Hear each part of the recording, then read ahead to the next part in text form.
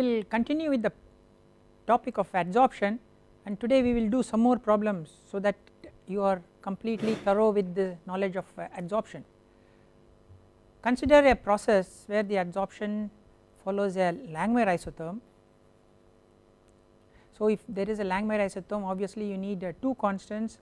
One is called the maximum adsorption, that is the Q max, which is given here 7.8 10 power minus 6, and then we have the constant, that is the constant which comes the denominator of the equation. So both are given. Now we are adding a feed of 1.2 liters which contains a protein of certain concentration, moles per liter of the protein. Now you are adding 80 cc of an adsorbent, and the goal is to adsorb as much of the protein as possible, and as I said it follows a Langmuir isotherm. So this is a Langmuir isotherm equation, Q equal to Q max multiplied by X, and that is the concentration of the solute which is in equilibrium with the concentration of the solute in the adsorbed phase divided by K plus X. So once you write the mass balance, the mass balance consists of, as I said before in the past 3 or 4 classes, the material coming in the form of the solute in the broth and the solute that is adsorbed, that should be equal to the concentration of the solute in the adsorbed phase. So W into Q, that where W is the amount of adsorbent we are taking in, that is given here 80 cc. Q is the concentration of the adsorbate that has been taken up by the adsorbent. This should be equal to F. F is the quantity of broth or slurry or solution you add, that is 1.2 liters here, multiplied by Xf minus X, where Xf is the concentration of the adsorbate in the feed and X is the concentration of the adsorbate after the adsorption process, okay, that is Xf minus F. So you are balancing these two, where Q is given by X into 7.8 into 10 power minus 6 divided by X plus 1.9 into 10 power minus 5. So you can balance these equation, and you see that X is appearing both in the numerator and the denominator, that means you need to solve it by trial and error. So it is slightly tricky, either you can do it by graphical method or you can use some computational tools, non-linear solution procedures. There are many softwares which can help you to do that, and thereby you can calculate your X, and so X comes out to be 3.9 into 10 power minus 5 moles per liter. So you are starting with that about 4 into 10 power minus 4 moles per liter of the protein which is adsorbed using an adsorbent, and the solution will finally contain 3.9 into 10 power 5 moles per liter of the solute. Now let us slightly complicate the adsorption process. Sometimes it is not possible to complete the adsorption in one stage, so you may resort to 2 stages. So like this particular figure, so you have a stage 1 where you have the solution containing the solute is introduced and you are adding a fresh adsorbent here, and then after you do the adsorption you may remove the adsorbent using filtration. Now you have this mother liquor or the broth, it is taken to a second stage where again you may add some fresh adsorbent and again you may repeat the same process. So this is a 2 stage adsorption process. You can have multiple stages, you can have 3, 4, 5 and so on actually, and here in each stage you are adding fresh adsorbent, that means Qf equal to 0, that means the concentration of the solute adsorbed that is introduced is 0, that means it is a fresh adsorbent, okay. So in this 2 stage process our goal is to find out what is the overall efficiency of the adsorption process. That means we need to do a mass balance here, calculate the concentration of the solute that is leaving, and then you do a mass balance here, and then you can calculate the concentration of the solute that is leaving the second stage, and by comparing it with the initial feed we can say this is the overall recovery efficiency or overall adsorption efficiency. Assume it to be a linear adsorption isotherm, we can extend it whether it is Freudlich or whether it is Langmuir, the same approach. So what is the mass balance here? We have 1 liter solution, so we convert that into Cc, the feed is 0.1 and what is the concentration of the solute leaving will be unknown x1, which is equal to 25 is the quantity of the adsorbent you are adding. Here we are assuming 25 cc of the adsorbent, and normally you will be adding in grams, so you need to know the bulk density so that you can convert into volume as well. Now Q1 is the concentration of the solute in the adsorbent, which is given by this linear isotherm. So Q1 equal to 30 comes from here x1. So we can substitute this Q1 with this particular term and we can solve for x1 and we will get that x1 is equal to 0.0571. So the percentage recovery will be, you are reducing it from 0.1 to 0.057, so you just 0.1 minus 0.057 multiplied by 100 divided by 0.1, that comes out to be 42.8% efficient. So this particular stage helps you to adsorb 42.8% of the solute of interest. Now let us do the same thing in the second stage. So again you have the 1000, that is your feed 1000 cc's, and then the concentration of the solute entering now will be 0.571, right, and the next 2 is your unknown, and then again you are adding the same amount of adsorbent. You may add different amount of adsorbent, then you have correspondingly that number coming here. Assume in this particular problem we are adding the same amount like you added in the first stage. So again it is a fresh adsorbent, so there is no solute already present adsorbed on the adsorbent. So again it is equal to 25 into Q2, and Q2 is given by 30 into x2 here. So you see, look at these two equations, although they all follow the linear adsorption isotherm, the Q1 and x1 are related like this and Q2 and x2 are related like this, okay. So the equations here are very different. So you substitute again here and you can calculate for x2, say x2 comes out to be 0.0326. So if you compare 0.1 and 0.0326, we can find out the overall adsorption efficiency, right, that comes out to be 67.4%. So what it means is, if I have a single stage adsorber and the system follows a linear adsorption isotherm, the efficiency of adsorption is 42%. By adding another adsorber I am increasing the efficiency from 42 to 67. So please note that you are not adding 42 to another 42 and getting 80%, but actually you are getting only 67%. So if I add a third adsorber I may add another 10% maybe, if I add a fourth adsorber I may add about 5% and so on. So as we keep on adding extra stages, you are not going to dramatically increase the adsorption efficiency, but you will be just adding only small amounts of improvement. But then why do you add multiple stages? You need to add multiple stages if you are interested to adsorb as much of the solute as possible. Maybe the solute which you are adsorbing is a protein of interest for you, right. So you want to recover all the protein. So when you do it in one adsorption stage, maybe you are not able to recover, so you go to the next stage, you go to the next stage until all the protein is adsorbed. So you resort to this type of approach if the solute is extremely important for you, you want to recover all the solute, okay.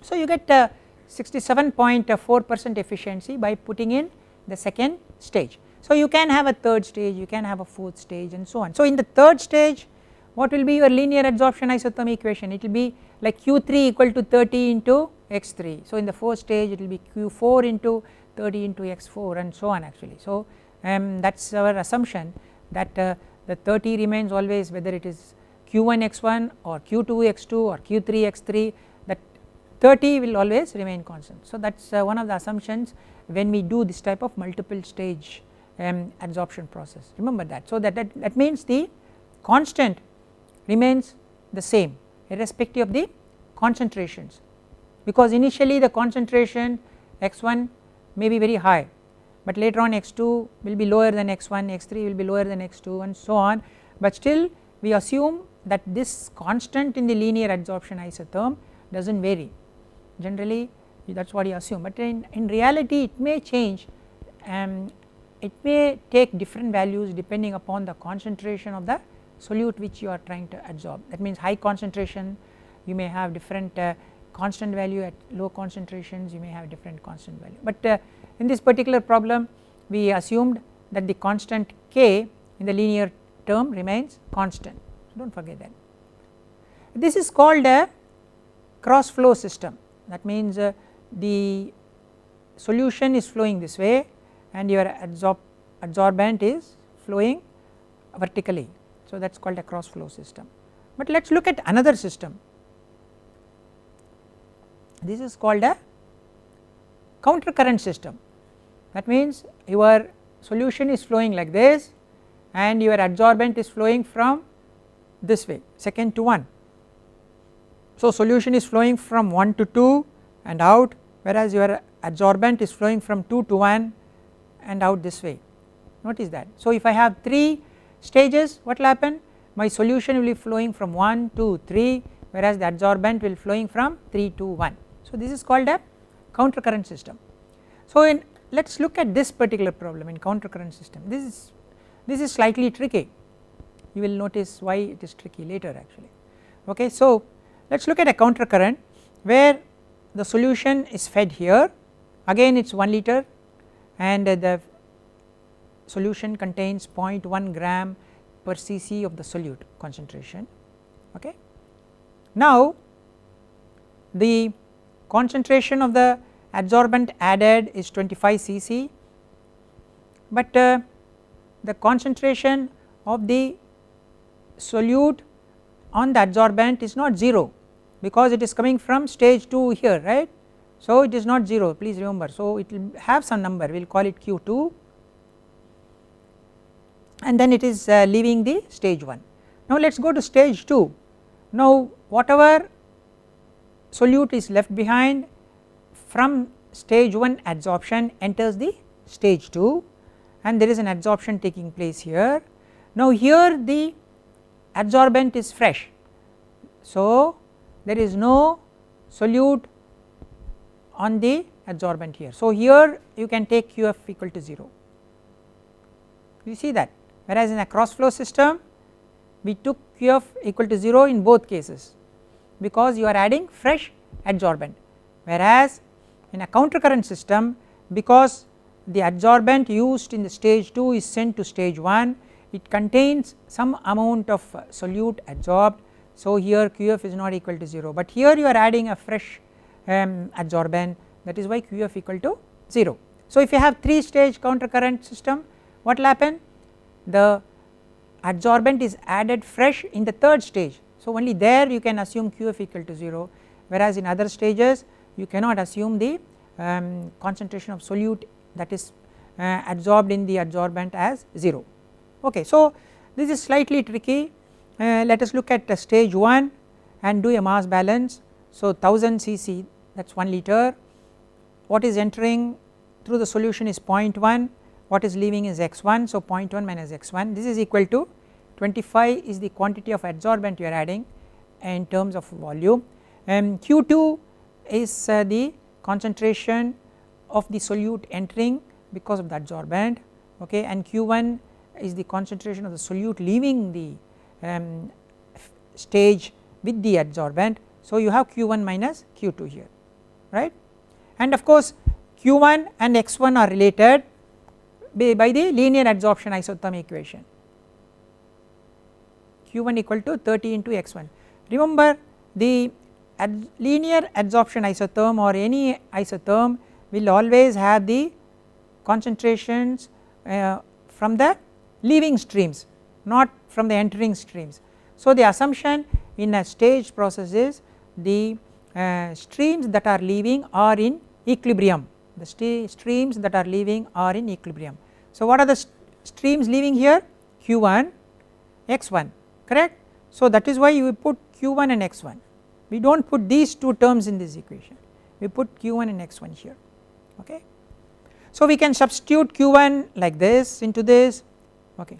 Now let us look at the second stage.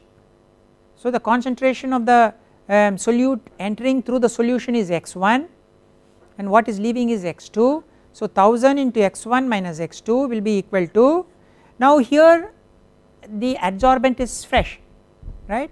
So there is no concentration of solute entering because of the adsorbent. So that is why we add only one term 25 into q2 whatever is leaving, and again q2 equal to 30 x2. So you see again as I said the streams that are leaving a stage are in equilibrium. So q2 is equal to 30 x2. So now we can substitute q2 here and q1 like this.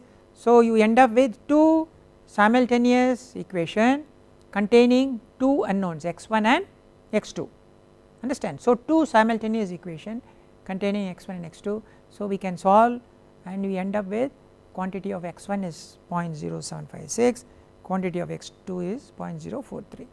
So from point 1 we reduce the concentration of the solute to 0.043. So the efficiency, overall efficiency can be calculated, it comes to 56.7. If you notice the percentage efficiency from the previous problem where we used a cross flow type of design, this is a counter current type of design.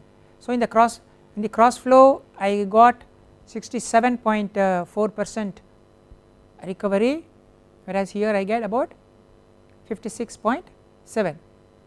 So almost a reduction of 10%, right. Why is that? Because in cross flow we are adding fresh adsorbent at each stage, in counter current the adsorber the adsorbent is sent from second stage to the first stage. So you only in the second stage you are adding fresh adsorbent. So the efficiency goes down by 10%, but the advantage is that you are using the same adsorbent, whereas in the previous design you are having 25 plus 25 50 cc of fresh adsorbent. So that means you are using up quite a lot of adsorbent if you want to use a cross flow type of study. That means if you are using too much you need to recover, recycle and again put it back, otherwise it is not very efficient. You can't throw away the adsorbent because the operating cost will be a function of adsorbent, unless the adsorbent can be just disposed of in the environment without causing any toxic hazard. Otherwise if it is an expensive one like zeolites and so on, you have to recover, and here in this design you are using 50 cc for one operation, whereas here you are using only 25 cc which is sent from second stage to first stage. So the amount of adsorbent you are handling in this counter current design is less.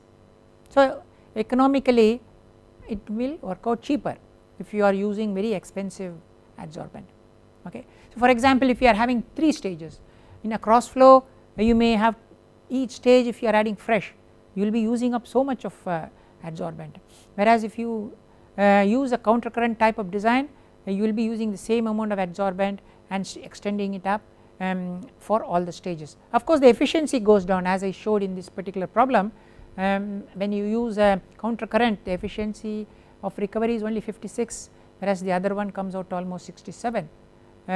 So efficiency goes down, but the amount of adsorbent you use is less. So for very expensive adsorbent a counter current is much more economical. Okay, let us go forward. Let us look at a tubular adsorber. As I explained in the previous class, tubular adsorber contains adsorbent packed in a tube of varying length and of dimensions, diameter of varying diameter.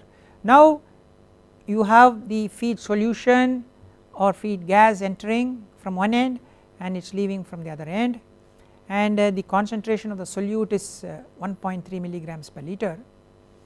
Assume that the system follows a linear adsorption with the K value, that is the constant value of 38, breakthrough happens after 6.4 hours and exhaustion at 10 hours. You remember the breakthrough curve?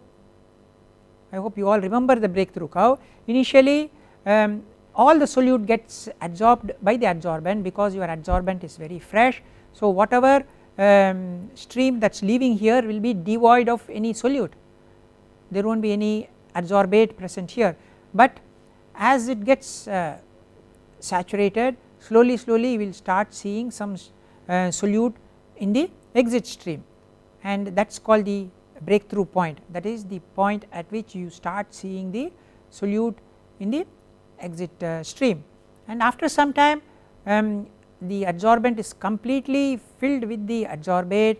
So it is not doing any job, whatever solute concentration that is entering will be exactly leaving, that is called the exhaustion time. Okay. So here in this problem the breakthrough time is given 6.4 hours and the exhaustion time is given as 10 hours. So you are asked to calculate the length of the adsorption zone, length of the and fraction of the bed used, fraction of the bed used at the breakthrough. Now let us recall how the breakthrough looks like and what is the adsorption zone and equilibrium zone. This is the breakthrough, the x axis is your time. So your graph starts like this and then it goes in a sigmoidal fashion and it flattens out. So this is called the breakthrough time and this is called the exhaustion time, and this region is called the equilibrium zone and this region is called the adsorption zone. Okay. So adsorption zone, how do you calculate that? The solute concentration is 1.3 mg per liter, the length is also 1.3 meters. So length of the column, 10 is your exhaustion time, 6.4 is the breakthrough time divided by the breakthrough time, that gives 0.73. I hope you remember these equations which we did couple of classes back. So the adsorption zone can be calculated as length into delta t divided by the Tb, where Tb is the breakthrough time. So delta t is nothing but difference between the exhaustion time and the breakthrough time. Okay. So 10 minus 6.4 divided by 6.4 multiplied by 1.3 gives you 0.73. That means 0.73 meters is called the adsorption zone, and then equilibrium zone you can subtract from the overall length, that comes out to be 0.57 meters. So 0.57 meters corresponds to the equilibrium zone and 0.73 meters corresponds to the adsorption zone. So what is the fraction of the bed used at the breakthrough? Again, if you remember, I taught you a couple of classes back, it is given by the formula 1 minus delta t divided by 2 Tb. Delta t is the exhaustion time minus the breakthrough time. Okay. So if you substitute these terms you get 0.72, that means 72% of the bed is used up when the breakthrough happens. That means 28% of the bed is not used up and when the breakthrough happens. Why is breakthrough very important? Because as soon as the breakthrough happens you do not want to continue the adsorption because some of the solute will start coming out in the effluent. So you would like to stop the adsorption process and regenerate your bed and then again bring it back into operation. So whenever you stop the adsorption process you are losing time. So ideally I should have the fraction of the bed used during breakthrough closer to 1, that means I will be, if I use more of the bed for the adsorption better it is. If it is less of the bed I need to keep on regenerating quite often, and as I said, if I want to regenerate I will be stopping my bed, I will be passing some gas or using high temperature to regenerate my adsorbent. So I will be spending money on the operating cost. So more the bed used up when the breakthrough happens better it is. That is why this particular calculation is very important, fraction of the bed used during at the breakthrough point, and here in this particular problem we find out that 72% of the bed is used up when the breakthrough happens. That means 28% of the bed is not used up, but still you will stop the adsorption process and regenerate your material. Whereas if you get less number, like instead of 72% you get 50%, then it is highly inefficient, because the remaining 50% of the bed is unused, and as soon as 50% gets used up you will stop your adsorption process and regenerate. So if such a situation arises, what do? You need to find a different adsorbent which is much more efficient.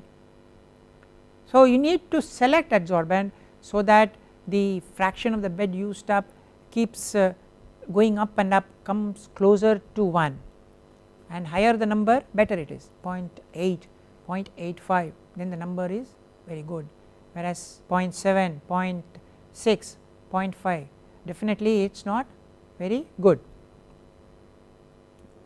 Okay, let us look at another problem. We are having a feed solution of 1.2 liters and it contains 0.1 gram per cc of the solute. Okay. The solute is what we would like to adsorb with 20 cc of fresh adsorbent, and this adsorption process follows a Freudlich isotherm. Okay.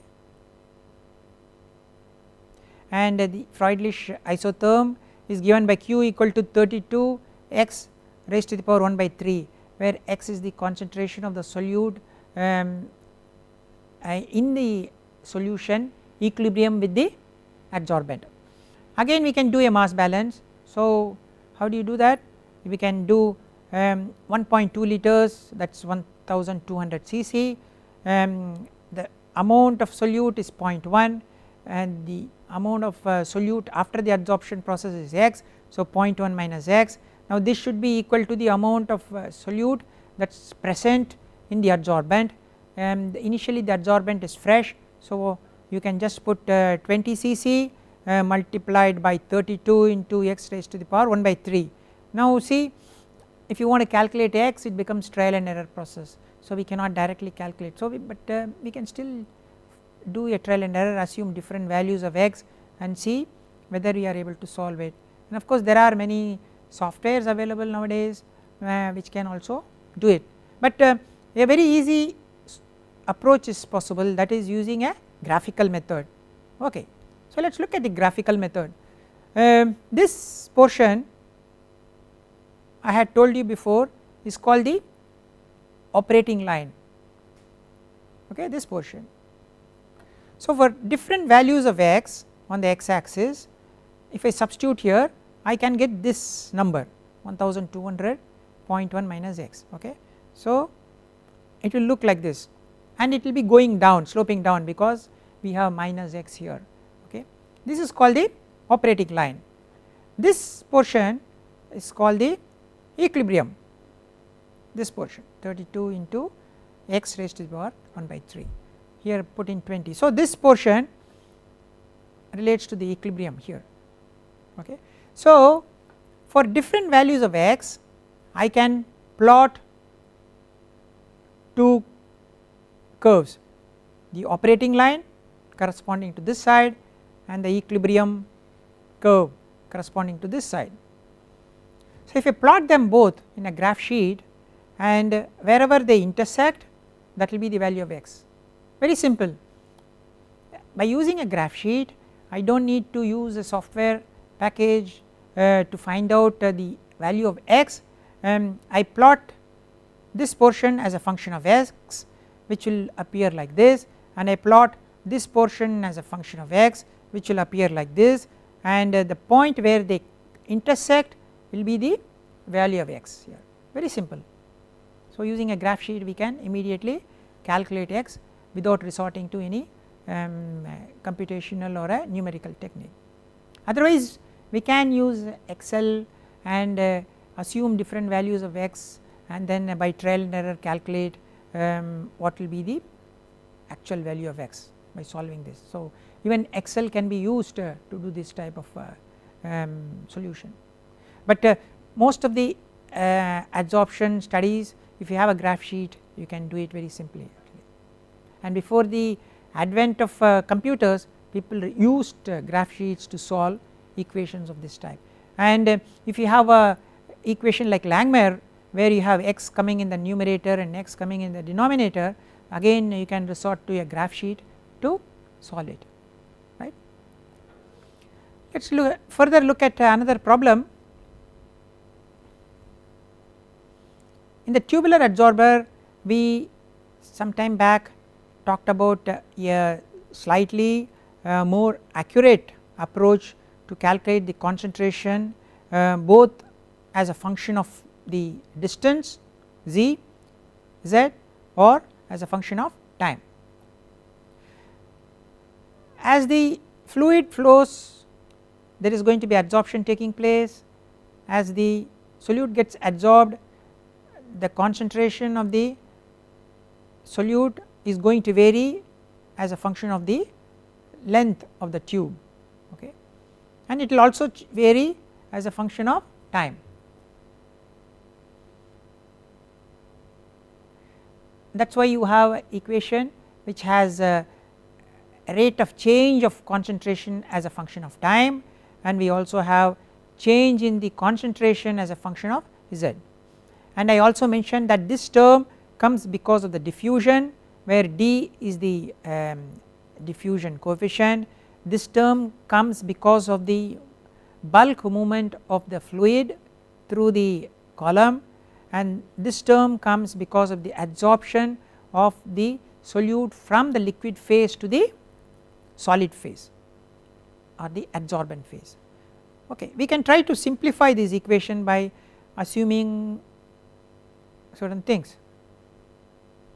Suppose we assume accumulation is 0, that means the accumulation of the solute in the liquid phase is 0 because the amount of liquid present in the voids itself is 0, amount of solute present in the voids is 0, then we can neglect this portion. If we assume that the diffusion or the dispersion is very little, we can neglect this equation, right. So we can easily neglect these two equations. If we assume a linear adsorption isotherm, then Q equal to K x star, and rate of adsorption is equal to KL. KL is the mass transfer coefficient, A is the interfacial area multiplied by x minus x star. So we can, instead of x star, substitute this as Q by K. So we will end up with a linear differential equation. We can reduce the second order partial differential equation into linear differential equation like this: b dx by dz is equal to KLA x minus q by k, and dq by dt is equal to KLA x minus qk divided by 1 minus epsilon. So x will be a function of z and t, of course, because the concentration of x changes along the length of the axis as well as a function of time, and similarly q also will vary as a function of length of the column and time. It needs initial conditions at t equal to 0 at all locations along the axis q will be equal to 0 because nothing has been adsorbed. At t greater than 0 the fluid is entering, so at z is equal to 0 x will be xf, that is the maximum amount of adsorbate present at the entrance of the tube. Okay. So we can solve these using these conditions. The initial condition this is called, and this is called the boundary condition because this is at the entrance, so that is called the boundary conditions. Just like a stir tank adsorber, if you recall couple of classes back we did the stir tank absorber where we had a linear adsorption isotherm. We developed a relationship between X, that is the concentration of the solute in the stream going out of the stirred tank adsorber as a function of time, and similarly we developed another equation, that is the concentration of the solute in the adsorbent as a function of time. Whereas in a tubular design not only time comes in, the Z also comes in, because the concentration of the solute along the axis of the bed will also vary. That is why you have Z also coming into the picture. That is the main difference between a tubular design and a stirred tank design. Stirred tank, everything is stirred, so we have a bulk concentration, whereas in a tubular we do not have a back mixing.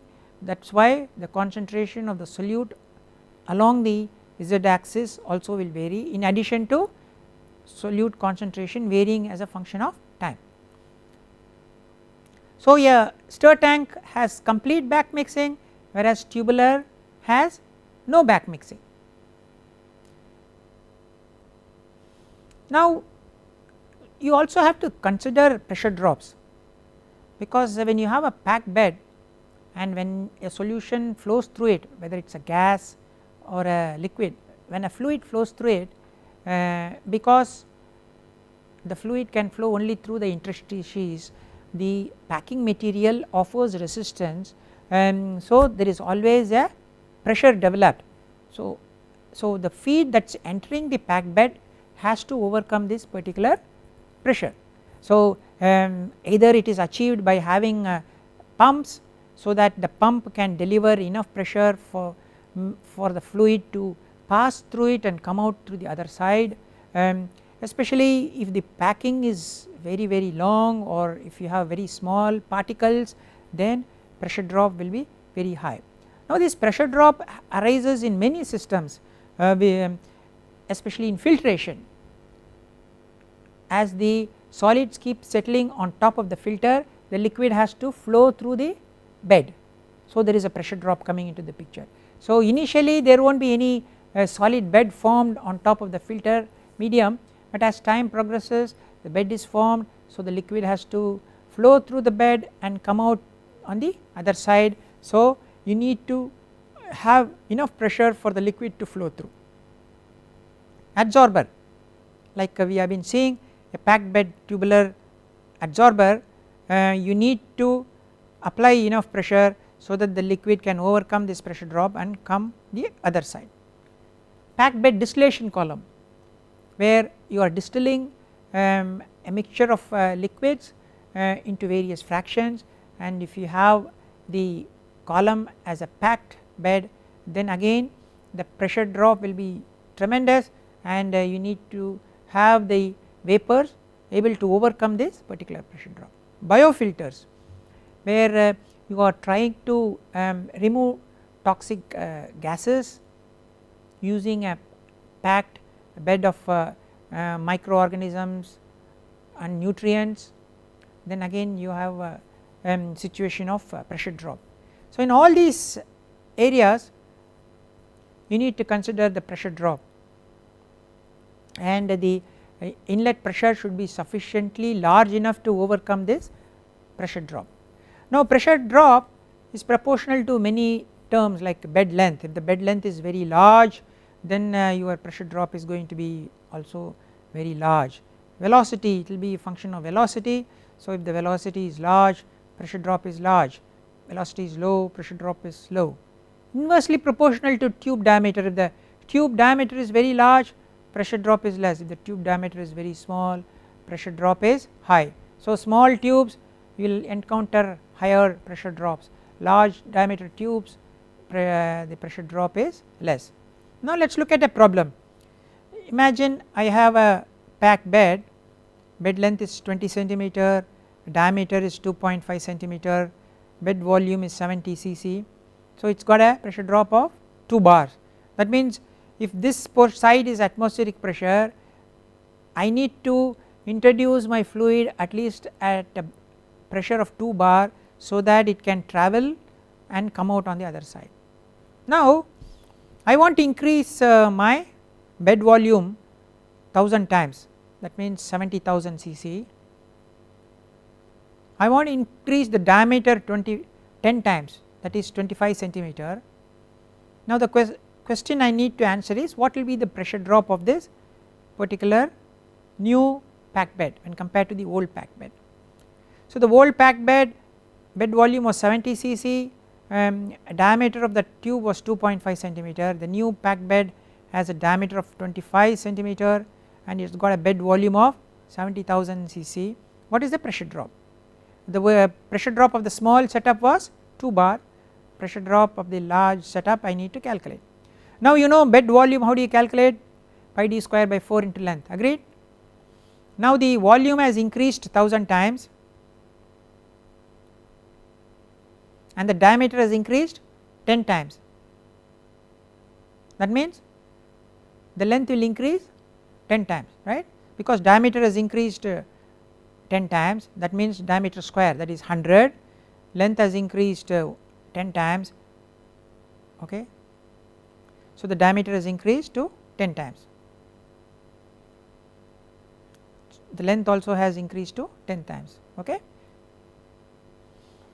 So the bed volume is 1000 times, diameter is 10 times, bed volume and diameter are related by diameter square, so this will become 100 times, so obviously the length will go up by 10 times. So the length has gone up by 10 times, that means pressure drop will go up by factor of 10, but my diameter also has increased by 10 times, that means the pressure drop will go down by a factor of 100, right, square. So because of the diameter my pressure drop will go down by 100, because of the length my pressure drop will increase by 10 times. So overall the pressure drop will increase 10 times, that means it will become 20 bar.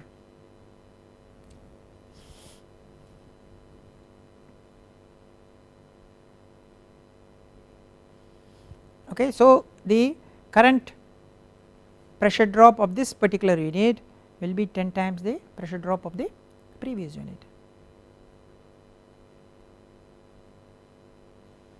Now we have been talking for some time on something very important, that is called stage processes or a stage process.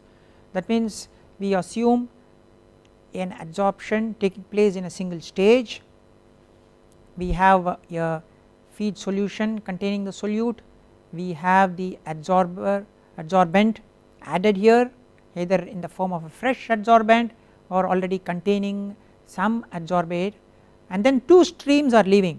One is the feed solution which has now lost some solute because of the adsorption process, and the adsorbent has collected some of the adsorbate. So two streams are entering, two streams are leaving in a stage, right, after equilibrium, and this particular stream and this particular stream that are leaving are considered to be in equilibrium, and this is called a stage process. And in a stage process solute is transferred from one stream to another. So in the adsorption what happens, the solute is transferred from the liquid to the solid, but in the desorption you can have the other way, the solute can be transferred from the solid to the liquid, that is the desorption. But something is happening, you have many streams mixing, there is an equilibrium taking place and the streams are leaving, that is what is called a stage process. And stage processes exist in many areas of downstream and unit operations. For example, if you go to extractor or extraction process, you have the solvent and you have the heavy liquid, the solvent and the heavy liquid are mixed together and the solute is extracted by the solvent, correct. So that is a stage process. Distillation, you have a vapor and a liquid, and the light material or low boiling material goes to the vapor phase, heavy boiling material goes to the liquid phase, again it is a stage. Adsorber we just saw, so the solute from the liquid phase goes to the adsorbent phase, or in a desorption the solute from the solid phase comes to the liquid phase, that is a stage process. Gas liquid absorption, where you have gas solubilizing into a bulk liquid like carbon dioxide in monoethanolamine, chlorine in sodium hydroxide, and so on. So recovery of many gases are performed in a gas liquid absorption process, and they are all based on solubility, and again this is also a stage process. So chemical engineers have been very comfortable with this type of concept of stage process. So adsorption, absorption, distillation, extraction, they are all called stage processes, and you can have multiple stages or single stage. So the whole process can be carried out in one stage where you put in the two streams together, mix it thoroughly and allow it to equilibrate, separate, and the two streams leave. So the whole thing can be done in one stage, or you can do it in multiple stages. That means you allow it to separate, then you add some other stream, then again mix it, allow it to separate, then go to third stage, and so on. So you can have multiple stages. So things happen in each stage, there is an equilibrium that will take place in each stage. So stage 1 equilibrium is very different from stage 2 equilibrium, which will be very different from stage 3 equilibrium, and so on actually. So the assumption in this type of operation is that there is an equilibrium which takes place between the streams that are leaving the stage, and the equilibrium that is reached in stage 1 will be very different from the equilibrium that is reached in stage 2, stage 3, stage 4, and so on, but they all follow the same principle. So for example, like I explained linear adsorption isotherm, if stage 1 follows linear adsorption, so we can always assume that stage 2, stage 3, stage 4, everywhere you may have the same isotherm with the same constant values. So if you assume extraction taking place in stage 1 and the partition coefficient value is given in stage 1, we can assume that in each of the other stages also same partition coefficient value. So it makes the life slightly easier, but the main assumption in a stage process is that the streams that are leaving are in equilibrium, and the type of process that is taking place in each stage is similar. So by doing this we can sort of rationalize many operations, unit operations. We can also extend knowledge from one type of unit operation into another type of unit operation. We will see that, especially when we go to the next topic of extraction, you will see very interesting mass balance and other calculations which will look like almost similar to what we studied in adsorption, and when we go to distillation you will see the same concepts coming into picture. So we can extend the various concepts you have learnt in one area of unit operation into another area, and so on. Actually that is the main advantage of grouping systems as stage processes. Another advantage of stage process, suppose I have a tubular reactor or a tubular adsorber, we talked about it a few slides back. You need to have partial differential equation because there is going to be variation in concentration across the length as well as a function of time. Now suppose I break the tubular reactor into many stages, 100 stages for example, or 1000 stages, and each stage I assume it as a mixed stir tank vessel, then the calculations, the type of equations becomes simpler, because in single stage like I talked about in a batch process, it is just material input equal to material output, there is no differential equation coming into the picture. So for each stage I can write a simple algebraic mass balance equation and I can solve it. So instead of having differential equations, by doing this type of multiple stages we can approximate a tubular vessel or a tubular adsorber, we can simplify our calculations, understand. Instead of having differential equations we are going to have many mass balance algebraic equations representing each of these stages, and it becomes much easier for us to solve algebraic equations rather than solving partial differential equations. And number 2, each of the stage process will have certain constants describing the principle under which it works, like in a extraction you will have something called partition coefficient, which is almost similar to a linear adsorption isotherm. So you have the 2 streams connected by a constant called K, and similarly in extraction you may have 2 streams connected by a partition coefficient. So the constants will appear to be almost similar when you move from an extraction to an adsorption, or to a gas liquid absorption, or to a distillation. So these are the advantages of rationalizing the various equilibrium processes as a stage process, and when we go to extraction or when we go to distillation, you will see how useful this type of knowledge is all about.